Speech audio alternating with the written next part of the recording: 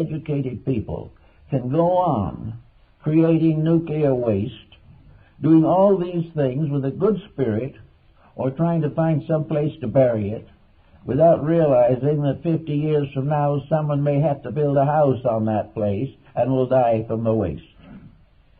How do we go from day to day with this type of thinking?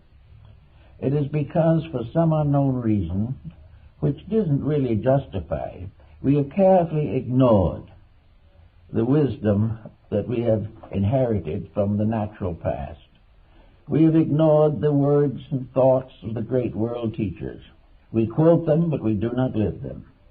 We quote Plato when he tells us that any form of government is good if the governor is good, and no form of government is good if the governor is bad.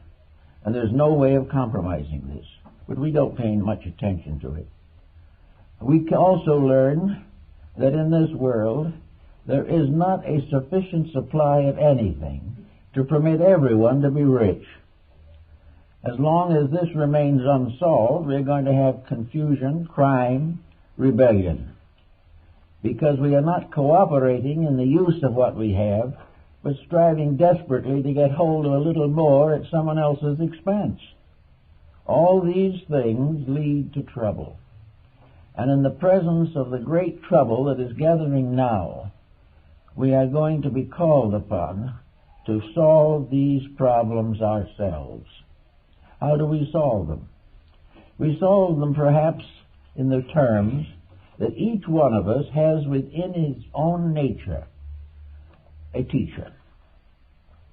There is something we call the soul.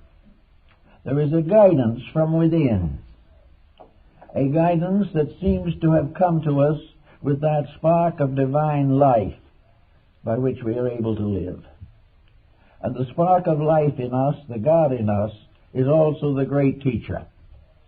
If we can gradually come to terms with our own inner lives, if we can discover the Sermon on the Mount as it is repeated in our own hearts, and it is every day, and accept it, if we can learn to keep the Ten Commandments joyously, we can do tremendous things.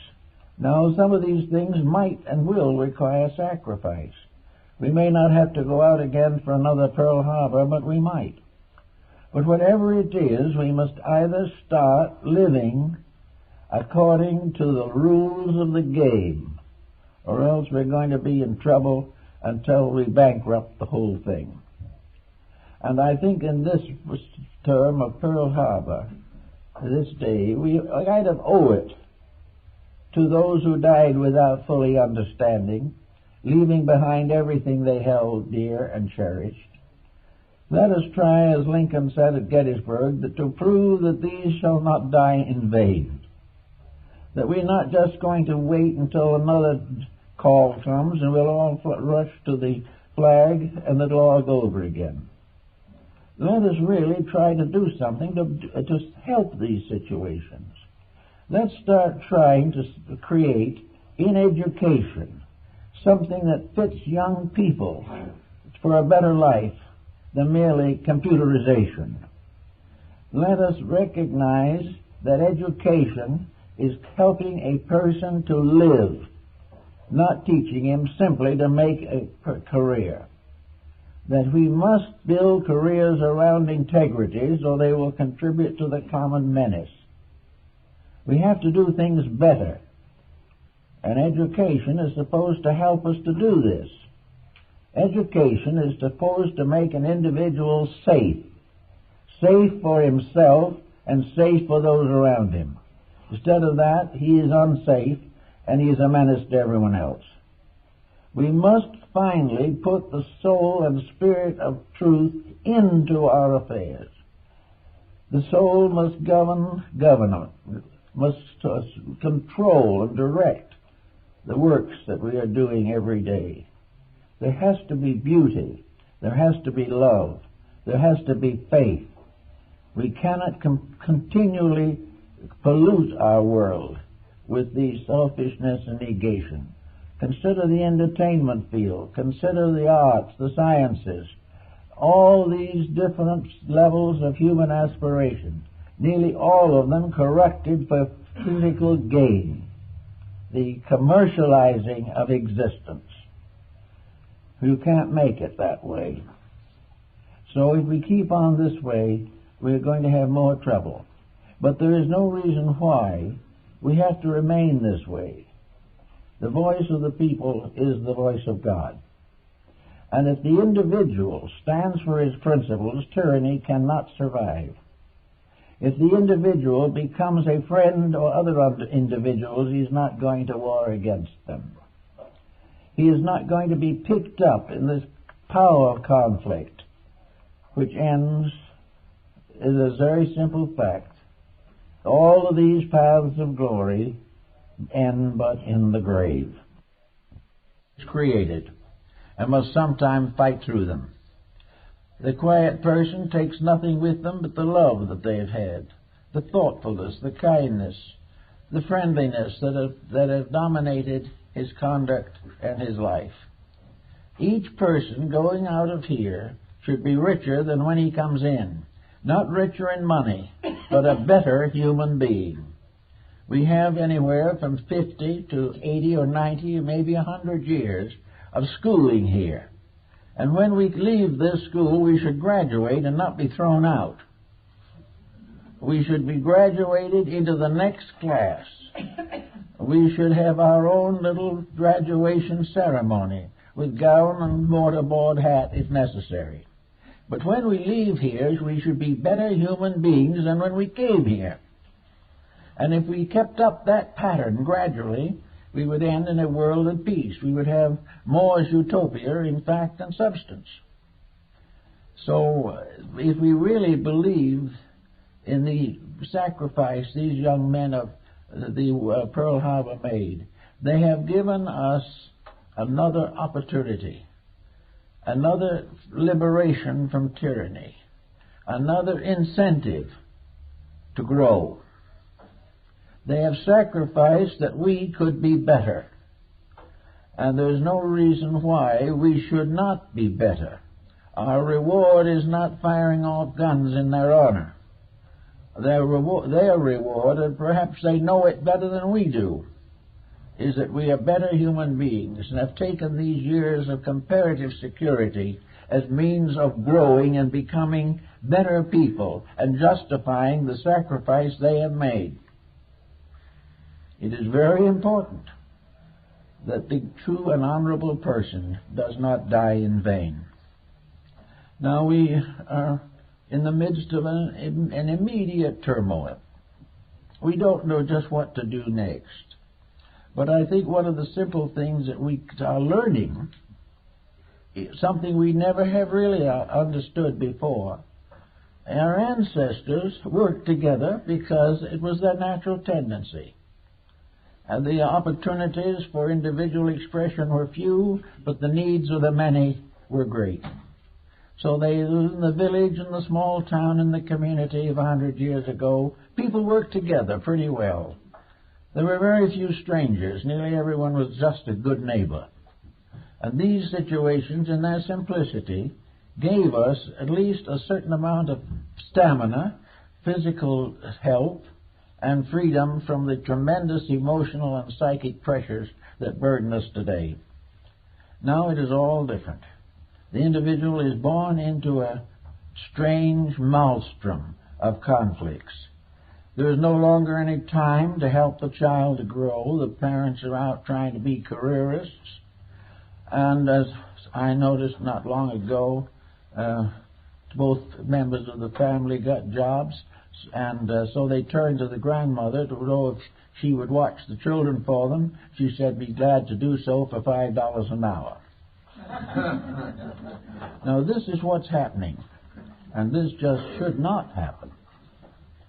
We should, for the sake of those who died at Gettysburg, those who died in Europe in World War I, those who died in World War II, to save a free world. This free world is therefore privileged to use these years as a means of growing and deserving freedom.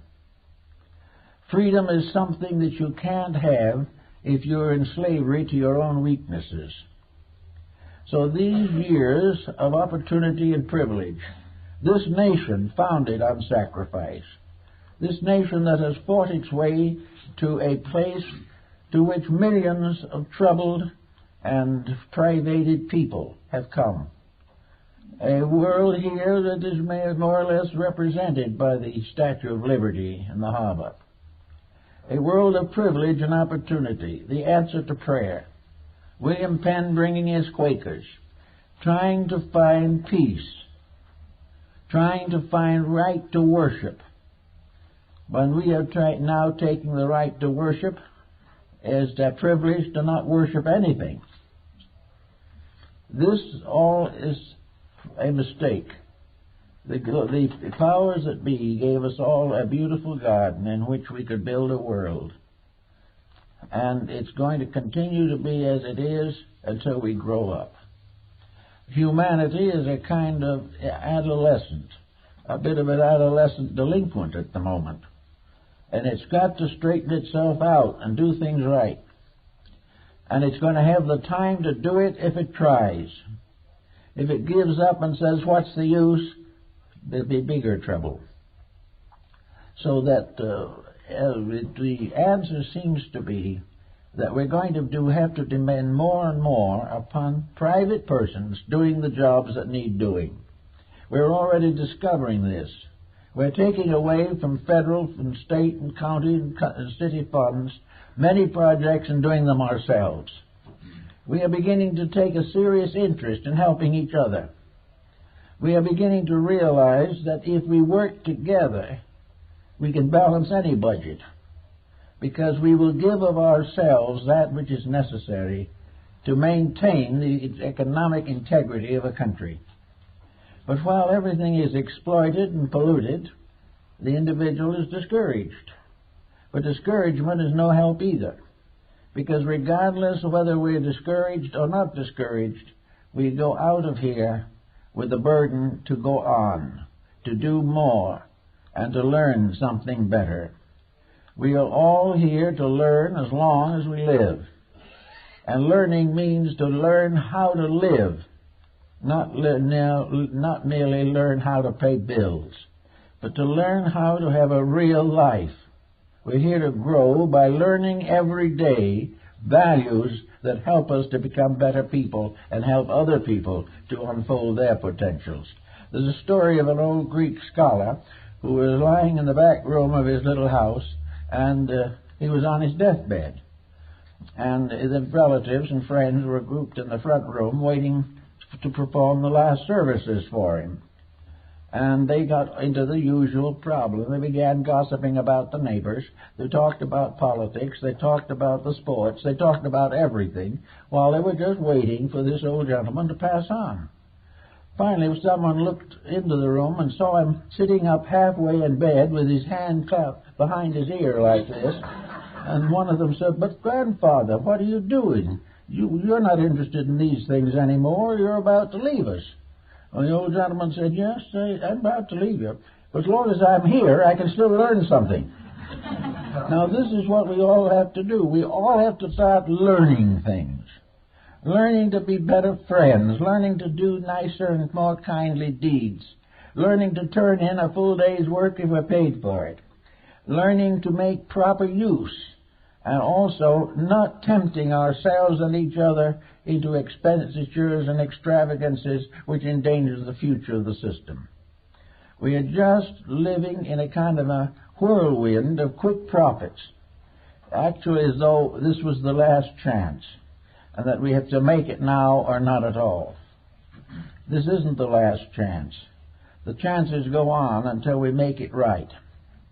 And I think if we could visualize ourselves as a great wave of life moving through space, moving in and out of material existence, on the one hand coming in to face the unknown, on the other hand going out to face the unknown. Here a little while, but alive, conscious beings forever. And that little by little we must transform this material world into an enlightened system of education. It is a kind of alchemical laboratory where we must learn the secrets of the universal medicine and also of the universal truths of existence. It is here that religion must come of age, must become the leader of the important changes that must come in human character. Here faiths have to realize that while there are 72 names of God, there's only one God. And all this fighting over the deities and all the religious confusion that we have is essentially an ulterior motive problem. Religion is being used as a means of assisting dictators to control ignorant people. This is no good either. But religion, as it should be, is an essential part of the civilizing of the human being. We must come back to the fundamental values of life. What do we need to know? We need to know that which is necessary for health. We know to know what is necessary to honest labor, what is necessary to know for our children, and how to maintain our own domestic relationships and not land in the divorce courts all the time. All these weaknesses are strange things because, as even a doctor can tell you, the human body even is an amazing thing, an unbelievable mystery. The functions of man are incredible. The potentials are inevitable. Here we are, the most remarkable creature that nature has ever produced, and we can't even get along with each other. We can't use what we have for anything except making trouble. The time has definitely come when this body, this mind, these emotions must be brought into harmony to the production of what we might call a normal person. We are satisfied to be average when we should be normal. We should be using all these potentials more and more to enlarge and develop the potentials of life. You see the great artists, Albrecht Dürer, Michelangelo, Leonardo, the tremendous genius in these people. There is the genius of the great violinist. There is the genius of the great inventor. All of these things are releases from within the individual. The power of the human being is unlimited if he knows how to use it. And that power was given him for one purpose only. It was not that he might become a conqueror of others, but that he might stand with others to conquer the ignorance which stands between us all and the better world we want to live in. We have all these powers, but we don't have the strength to use them. And each person is so concerned with his own little heap and with the own little ideas that we can't work together. We need today a religion which is largely personal, but which is compatible with the religion of every other living creature that has a decent faith. That we can mingle without question with those of almost any persuasion, any form of education, with all nationalities and racial groups. We can do it all in peace. They are all part of a plan. We didn't create them, and they are here for us to work with, and to work side by side with everything that is necessary to make a greater peace. Now, we've got a good many crosses out there in Pearl Harbor, and we're in danger of more. Other nations are dying by the tens of thousands to placate dictatorships and tyrannies. Everywhere, mortality is destroying itself. Everywhere, the young and the old, the child dying of malnutrition, all these things are unbelievable catastrophes, but they only exist because we do not understand what life is. We think that life is simply getting everybody a square inch of land, or getting into a certain political group, or advancing a social ideology. This is not it. Life is a thing for survival of itself in the most comfortable and pleasant and humane way possible. Until we get over these other things, all those who have given their lives for us have given them in vain.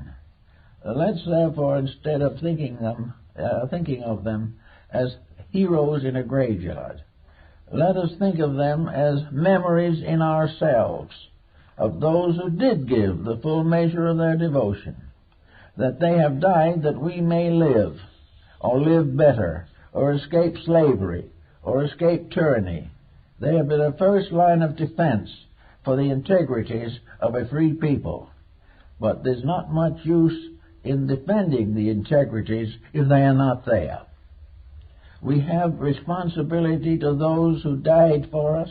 We have responsibility for those who lived for us.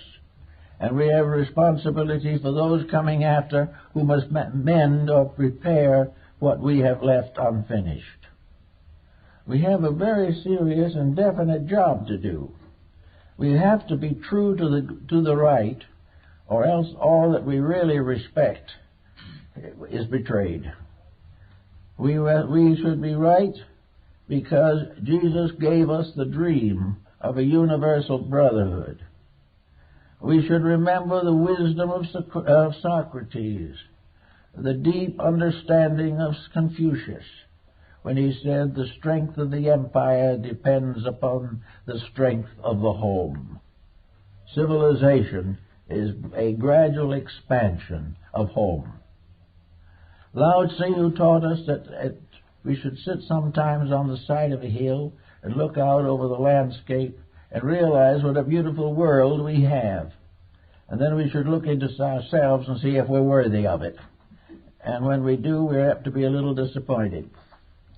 We also have Buddha, the light of Asia, who gave the message of purifying the mind, performing the good, and serving truth.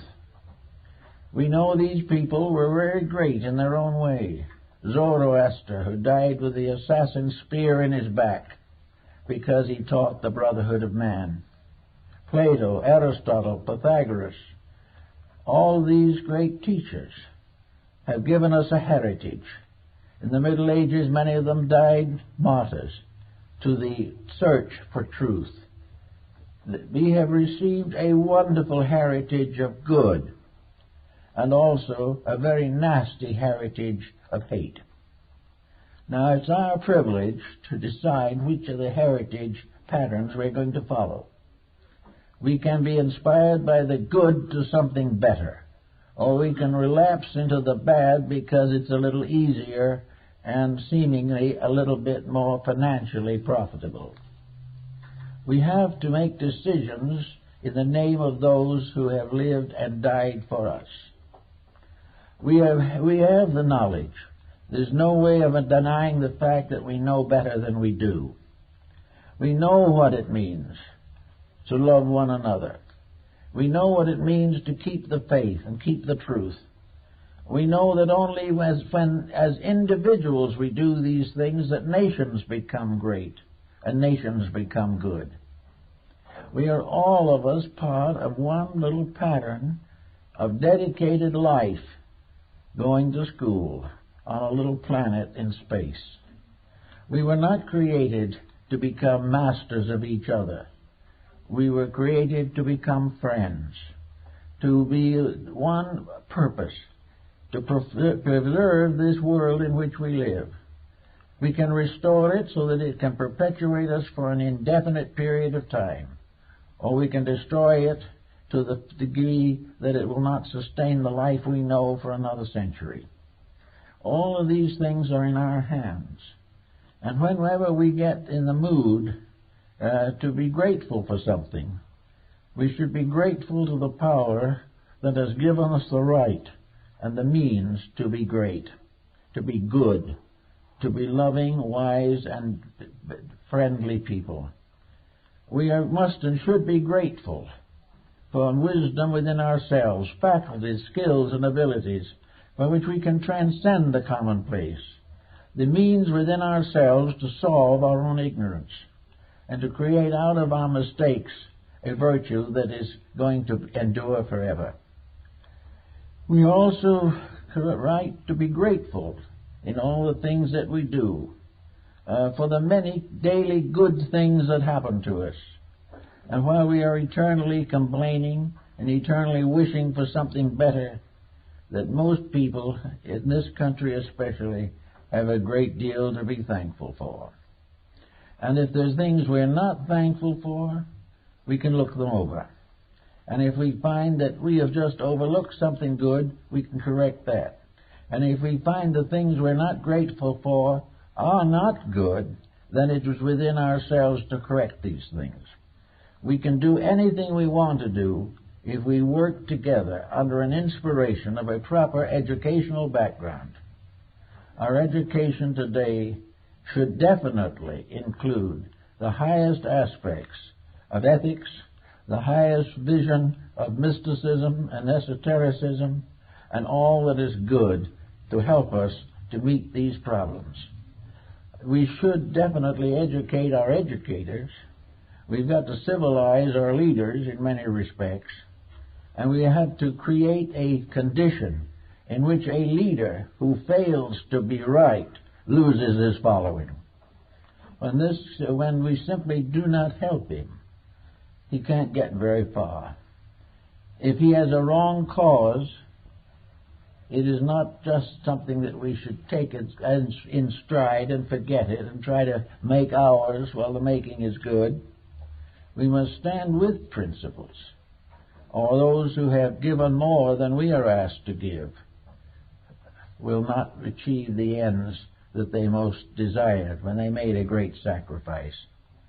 So wherever the young men are whose bodies lie in the military cemetery, let us imagine for a moment that perhaps they are very much alive, and perhaps they are even able to know what we are doing. They know whether we're keeping the game or not. We know why they did what they did. Perhaps some of them had no interest in dying for any cause, but were forced by circumstances to do so. But whatever it is, that great army of those who have given all must watch forever the results of their own sacrifices. Just as parents must sometimes live with the delinquencies of the children they have not properly trained. So we have to live with the consequences of things. And it would be far better for all of us if when that time comes and we change worlds, as we always will, always have, that we go forward with at least the realization that we haven't damaged anything, that we have helped to make things better for someone, that we have tried real hard to do the job that was ours. We haven't tried to do something we couldn't do, but we have stuck with carefully the thing that we can do. And now there are new opportunities to influence education, new concepts arising in science, new concepts arising all through the world. The great nadir of materialism has passed. We dipped down into materialism when science became the symbol of perfection, when infinite progress was limited to mental achievement. Now we know what the truth is, that this mental advance, this great technological leap that we are supposed to have made, was not the answer. We made the leap and fell on our faces. Now we have to have something else. We have to shift the leadership to that which is and always was the true leader, and that is the divine life within ourselves, the light of God that shines through our eyes the day we're born, the light of truth that is around us in the summer and the birds and all the beautiful things of life. We've got to bring them back and make them real in our lives. We've got to have a beautiful world, a world of people who love to grow, a world of people who love to serve each other. And if we can build this back to where it should be, or up to what it must be, we will find this a very pleasant world to live in. And as a byproduct, let's remember, as I think Dr. Randall would probably like to point out, that when these sums are accomplished, there will be a major change in the health patterns of humanity. We will not all be neurotics. We will not all be falling under the despairs and sorrows of a generation. We will not have nearly as many ulcers. The physical body cannot stand wrong management any more than the world can. And as long as we live with sick attitudes, the world will be sick.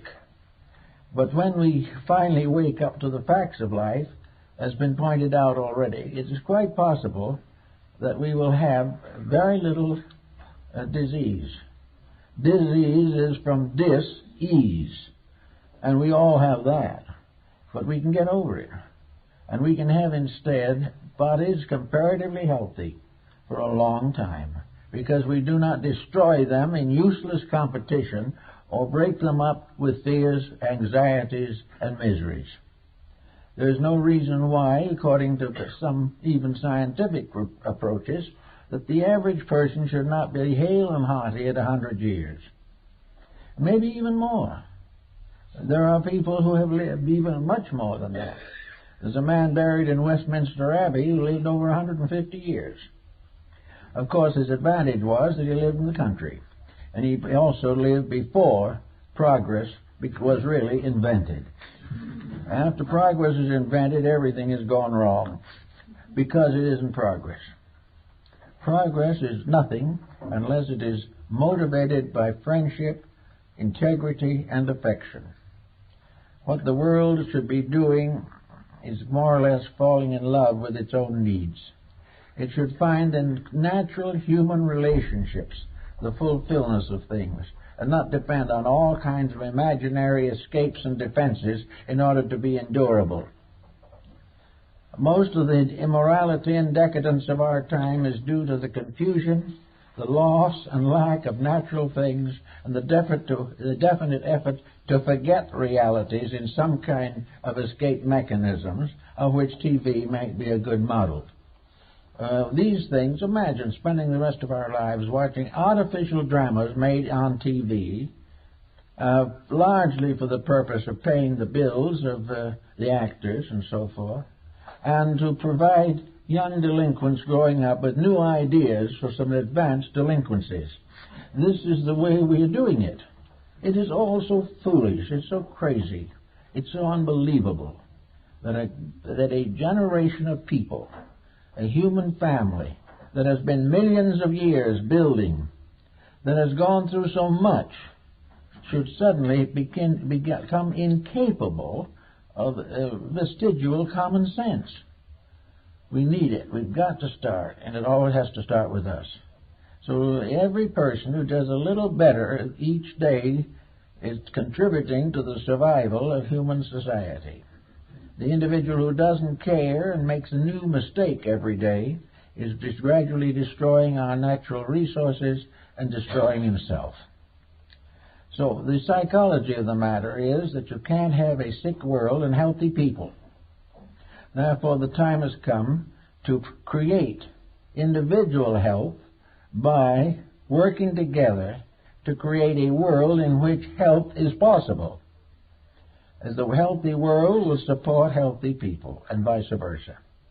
But while we live in constant anxiety and fear, the only people who really succeed in achieving something really out of our misery are the physicians. They are the ones who we need because we are breaking the rules. So in this time, let's see, before we have to have another Pearl Harbor, that we can make it unnecessary.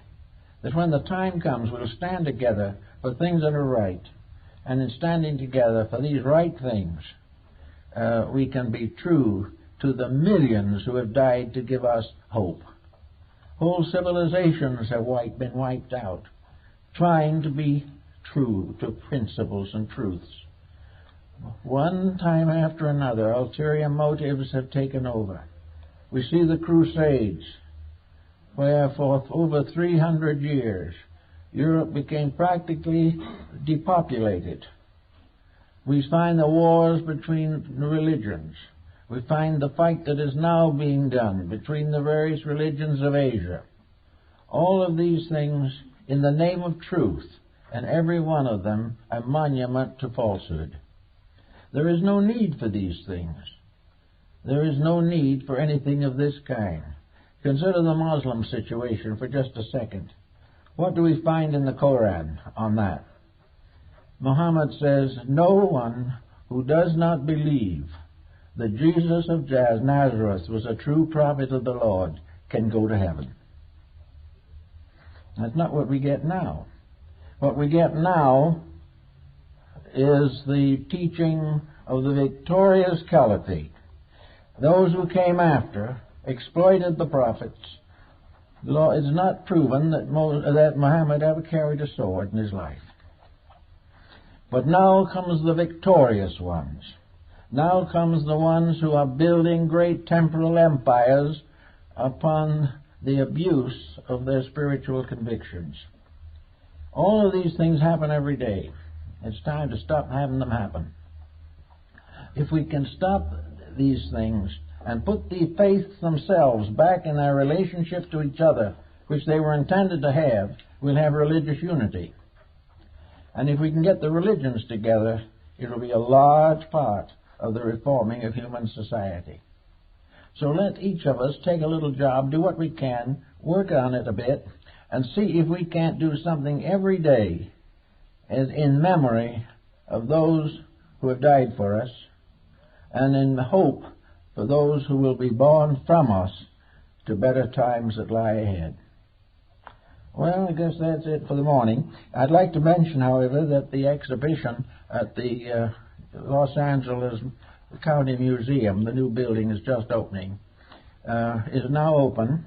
It will go from here to Chicago and from Chicago to The Hague, and that we are well represented there with documents, manuscripts, books, and printed works dealing with their subject, the subject of mysticism. And don't forget that it's not quite traditional that the county museum should feature mysticism. It seems to be telling us something. It's telling us the changes are coming. And we think you'll be interested in going and see that exhibition in the new building that was built for its expression. It is a very beautiful exhibit, and it has a great deal of substance to it. We have subscribed the material dealing with the Rosicrucians, with the alchemists, with the mystics and transcendentalists, and our various factors are beautifully displayed. And in the catalog, the major catalog that is issued, there are many, many of our items are photographed and shown. So I guess probably looks like there might be 50 or 60 of them in the catalog alone. So they are interested. Now, these things point out something.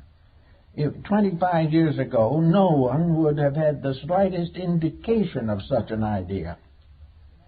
But times change. And the wonderful thing is that times can change for the better. So we hope to see you when you can again.